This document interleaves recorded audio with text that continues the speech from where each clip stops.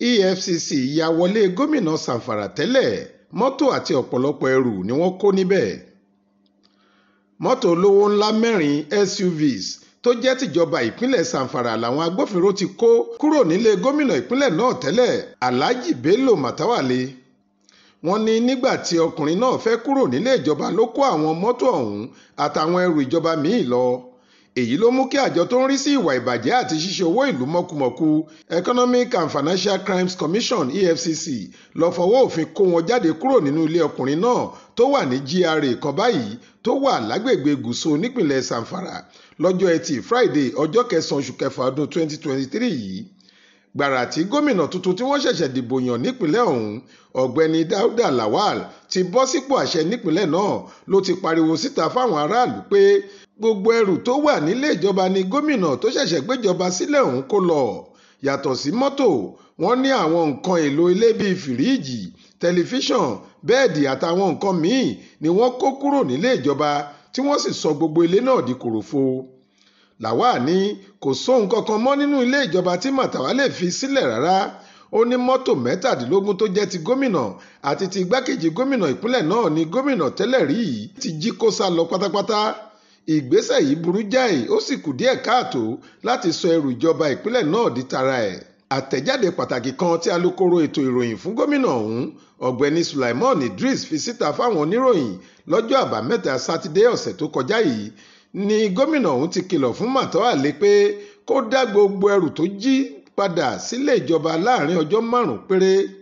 Nínú ọ̀rọ̀ rẹ̀, gómìnà Lawal ní ọjọ́ 5 péré ni mo ní fún Matawalle pé kó fi dá gbogbo dúkìá ìjọba tó wà lọ́wọ́ rẹ̀ padà. Bó bá kọ̀ láti ṣe bẹ́ẹ̀, màá fọwọ́ òfin gba àwọn ẹrù náà padà lọ́wọ́ rẹ̀. Gbogbo mọ́tò tó ń lò lákòókò tó fi wà nípò ìṣàkóso ìjọba ìpínlẹ̀ náà ló jí kó sá lọ báyìí tó sì ń sọ pé dúkìá tòun ni. Matawalle jí ẹrù ìjọba dórí gáàsì ìdáná àti fáànù inú yàrá. Mi ò tí ì rí irú olórí bíi tiẹ̀ rí láyé mi o. Gómìnà ń wá rọ àwọn aráàlú gbogbo pé kí wọ́n má ṣe mikàn rárá. Ó ní gbogbo ohun tó ń jọ Matawalle lójú tó fi ń ṣìwàhù láàrin ìlú lòun máa dá padà sílé ìjọba láìpẹ́ ọjọ́. Síwájú sí i, Lawal ní àwọn mọ́tò olówó ńlá bíi Toyota Lexus, Toyota Land Cruiser, Toyota Prado, Toyota Prado V4, Toyota Land Cruiser Bulletproof 2021 àti Toyota Lexus 2021 model ni Matawalle lòun fi owó ìjọba tó dín díẹ̀ ní bílíọ̀nù 2 náírà rà fáwọn olórí ẹ̀ka òṣìṣẹ́ kọ̀ọ̀kan, ṣùgbọ́n a kò rí ẹyọ kan nínú àwọn mọ́tò ọ̀hún mọ́. A ti kọ lẹ́tà sí Matawalle pé kó jọ̀wọ́ gbogbo ẹrù ìjọba tó wà lọ́wọ́ rẹ̀ fún wa, bí bẹ́ẹ̀ kọ́ a máa fọwọ́ líle mú ọ̀rọ̀ rẹ̀ ni. Gẹ́gẹ́ bí gómìnà Lawal ṣe wí, bẹ́ẹ̀ ò bá gbàgbé kí Matawalle tó fipò sílẹ̀ gẹ́gẹ́ bí gómìnà ìpínlẹ̀ ọ̀hún ní àjọ EFCC ti fẹ̀sùn ìwà jìbìtì kàn.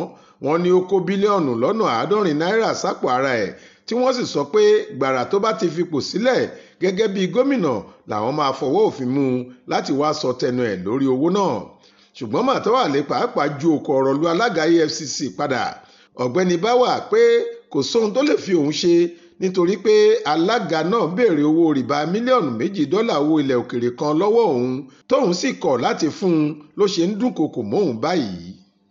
Adéwálé Adéoyè ló ṣàkójọ ìròyìn yìí fún iléeṣẹ́ tẹlifíṣàn Aláròyé online. Faith Adébọ́lá ló kà á sétí ìgbọ́ yín.